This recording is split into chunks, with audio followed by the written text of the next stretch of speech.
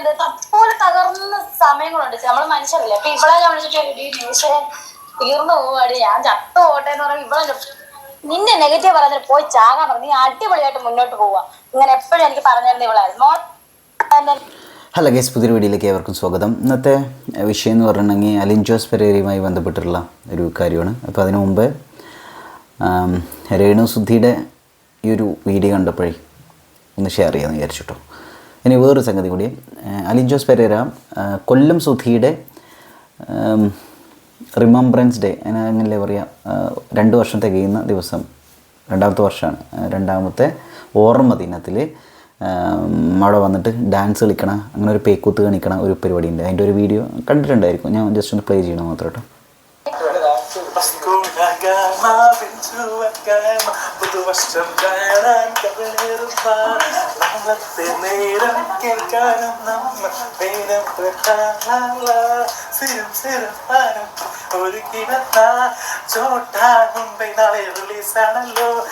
എല്ലാരും തന്നെ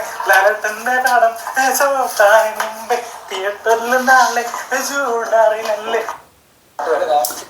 ഓന് ഈ ഡാൻസ് കളിക്കണത് എനിക്ക് പേഴ്സണലി അങ്ങനെ അംഗീകരിക്കാൻ പറ്റൂല എന്നല്ല, എനിക്കിത് വളരെ ബോറിംഗ് ആയിട്ട് തോന്നി. അതായത് ഒരു മരണത്തിൻ്റെ 2ാമത്തെ വർഷമാണ്, മരിച്ചതിൻ്റെ 2ാമത്തെ വർഷം ആ ദിവസം ഇവിടെ ഡാൻസ് കളിച്ചുകൊണ്ട് ഒരു ചെങ്ങായി കയറി വരികയാണ്. അപ്പോൾ രേണുസുതി ഡാൻസ് കളിച്ച അലിൻ ജോസ് പെരേരയ്ക്ക് നന്ദി എന്നൊക്കെ കൊണ്ട് വായുവോധമായിട്ട് വീട്ടിലേക്ക് കയറ്റി കൊണ്ടുപോകണം. അതായത് രേണുസുതിയുടെ കുറേ ഫ്രണ്ട്സ് അവിടെ വന്നിട്ടുണ്ട് ഈ ഓർമ്മ ദിനം. ഇനി ഇതിലെ വേറൊരു സംഗതി കാണാം കേട്ടോ.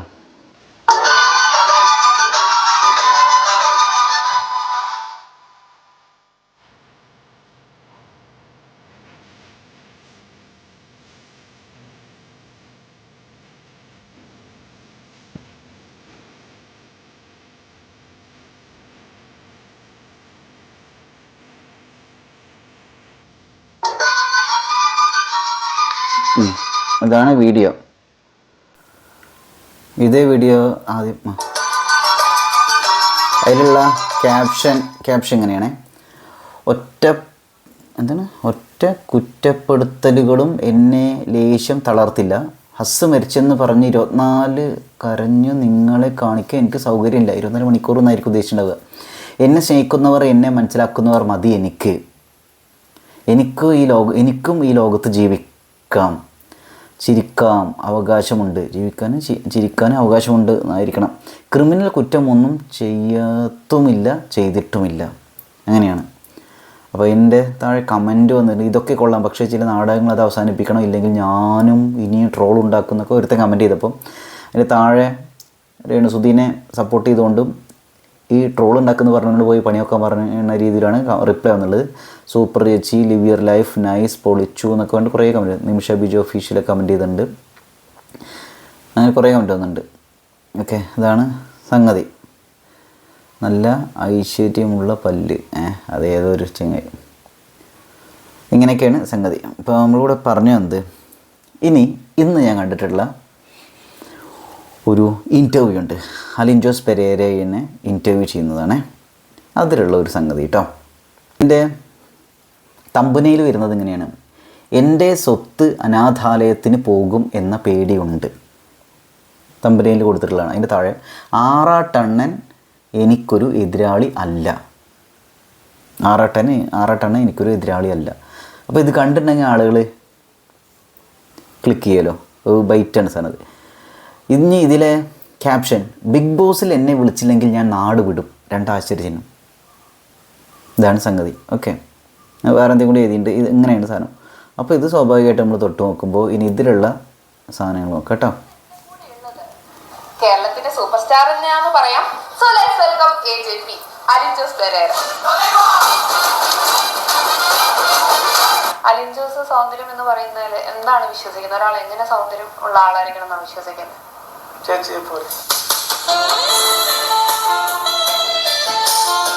അപ്പൊ ഫാമിലിയെ നോക്കുന്ന ഒരാളാണോ AJP? അമ്മയൊക്കെ നോക്കുന്നുണ്ട്. മറ്റേ ഇപ്പൊ പ്രോഗ്രാമുകളുണ്ട്, എല്ലാ ദിവസം പോകുന്നില്ലെങ്കിൽ ആഴ്ചയിൽ ഒരു ദിവസം പോകുന്നുണ്ട്. അമ്മയെ വിളിക്കാൻ പറ്റും ഇപ്പൊ? ചിലവിനൊക്കെ ഞാൻ പൈസ തരാറില്ല, അത് ചോദിക്കാൻ വേണ്ടി വിളിച്ചത്.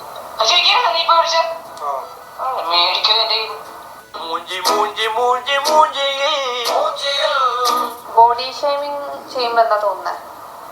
ബോഡി ഷേമിംഗ് എന്ന് പറഞ്ഞാൽ ബെസ്റ്റ്. ആൾക്കാർ പറയുകയാണ് അലിൻ ജോസ് പിന്നെ ഗർഭിണിയാണ്, അങ്ങനെയൊക്കെ പറയുമ്പോൾ വിഷമം തോന്നാറില്ലേ? വയറുള്ളതുകൊണ്ടല്ലേ ഗർഭിണി എന്ന് പറയുന്നത്. അതിന്റെ രീതിയിൽ കണ്ടാൽ പോരെ.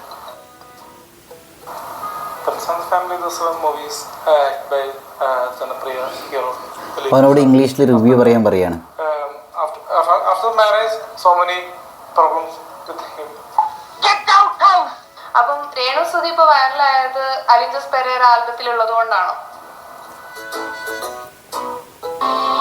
അതിനവൻ മറുപടി കൊടുക്കണമെന്ന് എന്താ അറിയാം? അങ്ങനെയല്ല, ഞാനെന്തിനാണ് എൻ്റെ കൂടെ അഭിനയിച്ച് എങ്ങനെയാണ് അവർ വൈറലാവണം? അതിൻ്റെ ആവശ്യമുണ്ടോ? ഞാൻ വൈറലാക്കേണ്ട കാര്യമുണ്ടോ? അവർക്ക് അവരുടേതായ ഒരു ഇതുണ്ട്. അങ്ങനെയുള്ള ഒരു രീതിയിൽ സംഗതിയാണ് അവർ പറയുന്നത്. ഓൾറെഡി കൊല്ലം സുധിയുടെ ഒരു ഫെയിമിൽ ആ ഒരു ഇതിൽ പുറത്ത് അവർക്കൊരു ഫെയിമുണ്ട്. ഞാൻ കാരണം ഫേമസ് ആവേണ്ട കാര്യമില്ല, അങ്ങനെയുള്ള ഒരു സംഗതി, വൈറലാവേണ്ട കാര്യമില്ല എന്നൊക്കെ ഇതിലെ ചില ചോദ്യങ്ങൾ കേട്ടോ.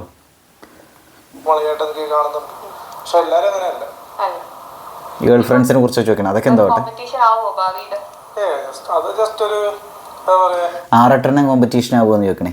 അപ്പോൾ ആറട്ടെണ്ണൻ്റെതായ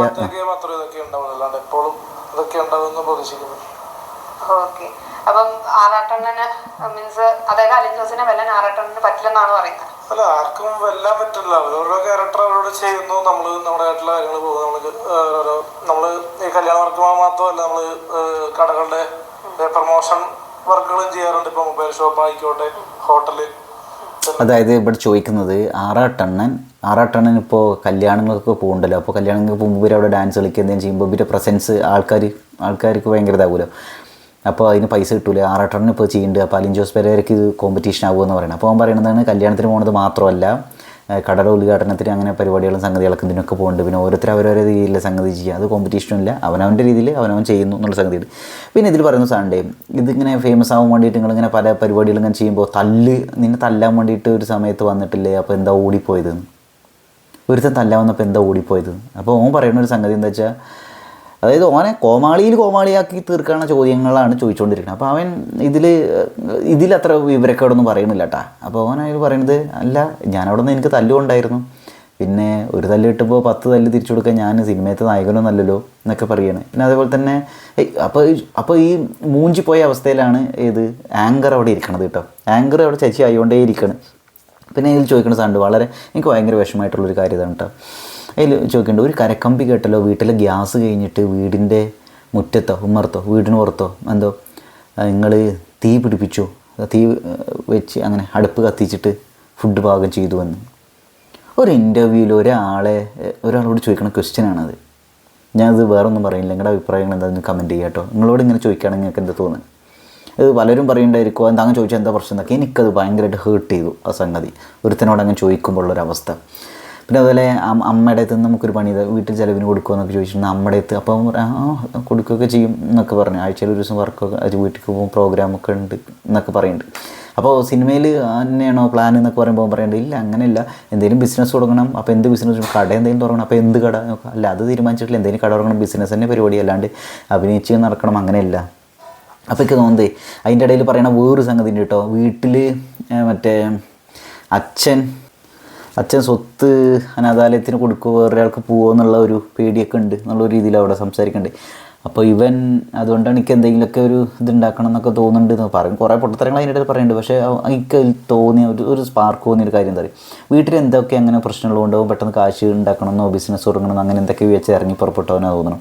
അല്ലെങ്കിൽ നിങ്ങൾക്ക് തോന്നുന്നുണ്ട് ഇത്രയും ഉളുപ്പ് കെട്ട രീതിയിലും നാട്ടുകാർ എത്രയും ട്രോളായിരുന്നു വാങ്ങിയ ആൾക്കാർ തല്ലുമെന്ന് പറഞ്ഞിട്ട് പോയി ചാവടാന്നൊക്കെയാണ് കമൻറ്റുകൾ പലരും ഇടുന്നത്.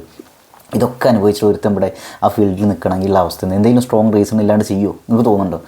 എന്തൊക്കെ പറഞ്ഞാൽ എല്ലാവർക്കും ഈ ഇമോഷൻസും ഫീലിങ്സും വ്യക്തിത്വമൊക്കെ ഉണ്ടാവില്ലേ?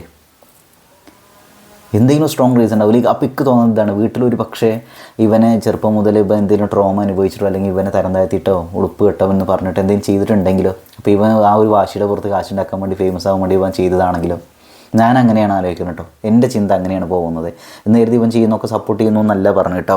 വിവരക്കേടാണ് രേണുസുധീര വീട്ടിൽ മറ്റേ ഓർമ്മ ദിവസം അവൻ കാണിച്ചു കൂട്ടിയത്, അതിലൊന്നും ഒരു സംശയമില്ല. ലൈംലൈനിൽ നിൽക്കാൻ വേണ്ടിയിട്ട് കാണിക്കുന്ന കളികളാണോ എന്നൊരു ഡൗട്ടുണ്ട്. അപ്പോൾ അതിന് പിന്നിൽ റീസൺ എന്തായിരിക്കും എന്നാണ് ഞാൻ ആലോചിക്കുന്നത്.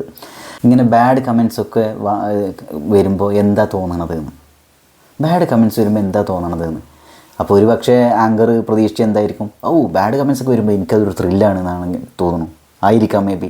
പക്ഷേ ഓൻ പറയുന്നത് ഒരു സാധാരണ മനുഷ്യൻ സംസാരിക്കണം, അവൻ എന്തോ കുറച്ച് ഡൗൺ ആണോ അതോ കുറച്ച് മെച്യൂർഡ് ആയതാണോ അതോ എന്തോ തലേദിവസം ഉറങ്ങാണ്ട് വന്നതാണോ എന്താ അറിയില്ല. അവൻ്റെ മറുപടി ഇങ്ങനെയായിരുന്നു. ബാഡ് കമൻസ് ഒക്കെ വരുമ്പോഴേക്ക് ചില സമയത്തൊക്കെ വിഷമാവും സങ്കടമാവും, ഞാൻ കരയും എന്നൊക്കെ പറയുന്നുണ്ട്. അപ്പോൾ അതിൻ്റെ കരയണെന്ന്, അതെന്താ ഓന് കരനോടെ, ഓന് കരച്ചിൽ വരുമല്ലോ, ഓന് മനുഷ്യനല്ലേ. അപ്പോൾ ഒരു കൂടുതൽ കോമാളിവൽക്കരിക്കാനുള്ള ഒരു ശ്രമമാണ് നടത്തിക്കൊണ്ടിരിക്കുന്നത്. അത് ശരി. അപ്പോൾ എല്ലാവരുടെ മുന്നിലും കോമാളിയായിട്ടുള്ള ഒരു മനുഷ്യനെ എന്ത് പറഞ്ഞാലും 2 എണ്ണം കൊടുത്താലും അത്രത്തോളം തരം താഴ്ത്തിയാലും എത്രത്തോളം അവഹേളിച്ചാലും ആരും പ്രതികരിക്കില്ല, അതിന് വലിയ കാര്യമാണെന്നാണ്. ഇതൊരു തന്നെ സാഡിസായിട്ടാണ് എനിക്ക് തോന്നുന്നത്. ഉളുപ്പില്ലാത്ത ആങ്കർ ഉള്ള കാര്യം പറയാലോ. അപ്പോൾ എനിക്ക് തോന്നുന്നത് ആങ്കറിനെ തോന്നി തോന്നുന്നു ഇങ്ങനെയുള്ള ചോദ്യങ്ങളത് ഭയങ്കര ക്രൂരമാണെന്ന്, അല്ലെങ്കിൽ അത് ശരിയല്ല എന്ന്. അത്യാവശ്യം ഇമോഷണലി ബോധമുള്ള ഒരാളാണെങ്കിൽ ഇത്രത്തോളം ഒരാൾ അവഹേളിക്കില്ല. എനിക്കതാണ് അതെന്ന് തോന്നിയത്. അതുപോലെ ഇതിൽ പറയുന്ന ഒരു സാധനമുണ്ട്, അലിൻ ജോസ് പെരേര സ്വയം സൂപ്പർ സ്റ്റാർ അലിൻ ജോസ് പെരേര എന്നാണോ കരുതുന്നത് എന്ന് ചോദിക്കണ ഒരു സാധനം. അപ്പോൾ ഞാനങ്ങനെ സൂപ്പർ സ്റ്റാർ അങ്ങനെ പറയില്ല, ഇടയ്ക്ക് അങ്ങനെ ട്രോളിന് വേണ്ടി ലൈനിൽ നിൽക്കാൻ വേണ്ടിയിട്ട് കിടക്കാൻ പറയാം, അല്ലാണ്ട് ഞാൻ സീരിയസ് ആയിട്ട് എന്നെ അങ്ങനെ കരുതുന്നില്ല എന്ന്. അപ്പോൾ മീഡിയക്കാരാണ് അതങ്ങനെ ചെയ്തതെന്നുള്ളത്. പിന്നെ അതേപോലെ പെണ്ണുങ്ങളുടെ പോയിട്ട് കൈ പിടിക്കണൊക്കെ ഷെയ്ക്കൻ്റെ കൊടുക്കണ്ടല്ലോ, അങ്ങനെ നാറിപ്പോയിട്ടുണ്ടല്ലോ എന്നുള്ള ലെവലിൽ ചോദിക്കും പറയുന്നത്. അല്ല, അത് മീഡിയക്കാരെന്നോട് പോയി കൈ കൊടുക്കുമെന്ന് പറയുമ്പോൾ ഞാൻ ചെയ്യുന്നതാണ്, അല്ലാണ്ട് ഞാൻ അങ്ങനെ ചെയ്യുമൊന്നുമില്ല. കുറച്ച് സീരിയസ് ആയ ഒരു ക്യാരക്ടർ കഥാപാത്രമാണ്. അപ്പോൾ എനിക്കിതൊന്നും മനസ്സിലായത് എന്തെങ്കിലും സ്ട്രോങ് ആയ റീസൺ ഉള്ളത് കൊണ്ടായിരിക്കോ, വീട്ടിൽ അത്രയും അവഹേളിച്ചതുകൊണ്ടോ കൂട്ടുകാർ കളിയാക്കിയതുകൊണ്ടോ ഒരു ട്രോമ ഉള്ളിലുള്ളതുകൊണ്ടോ അത്രയും ചെറുപ്പത്തിൽ ഒറ്റപ്പെടൽ അനുഭവിച്ചുകൊണ്ടോ കളിയാക്കൽ ഇതൊക്കെ കേട്ടതുകൊണ്ടായിരിക്കോ, കൂട്ടത്തിൽ കൂട്ടാത്തതുകൊണ്ടൊക്കെ ആയിരിക്കോ അവൻ എങ്ങനെയെങ്കിലും ഫേമസ് ആവണം 10 പേര് അറിയണമെന്ന് വിചാരിച്ചിട്ട് ഇങ്ങനെയുള്ള ഉളുപ്പ് കെട്ട രീതിയിലും കാര്യങ്ങൾ ചെയ്തുകൊണ്ട് വരുന്നുണ്ടായിരിക്കും. എനിക്കങ്ങനെയാണ് തോന്നുന്നത് കേട്ടോ ഗൈസ്. നിങ്ങൾക്ക് എന്താണ് തോന്നുന്നത്? ഓൻ അംഗീകരിക്കണോ ന്യായീകരിക്കണോ ഒന്നുമല്ല ഞാൻ പറയുന്നത്. പക്ഷേ ഒരാളെ എല്ലാ രീതിയിലാണ് തരം താഴ്ത്തുമ്പോൾ നമുക്ക് അതാണ്ട് സഹിക്കൂലല്ലോ. അപ്പോൾ ഈ സത്യം പറഞ്ഞാൽ എനിക്ക് ഇൻ്റർവ്യൂ കണ്ടിട്ടുണ്ട്, ഭയങ്കരമായിട്ട് വിഷമമായി. എന്താണ് അവൻ പറയാത്ത കാര്യങ്ങളൊക്കെ ആ തമ്പനയിൽ കൊണ്ടുപോയിട്ടുണ്ട്. എന്താണ് അംഗങ്ങൾ. എന്തായാലും നന്നായിട്ടുണ്ട് അല്ല ഗൈസ്. അത്രേ ഉള്ളൂ. വേറൊരു വീഡിയോയിൽ വേറെ വിഷയമുണ്ട്, നമുക്ക് കാണാം.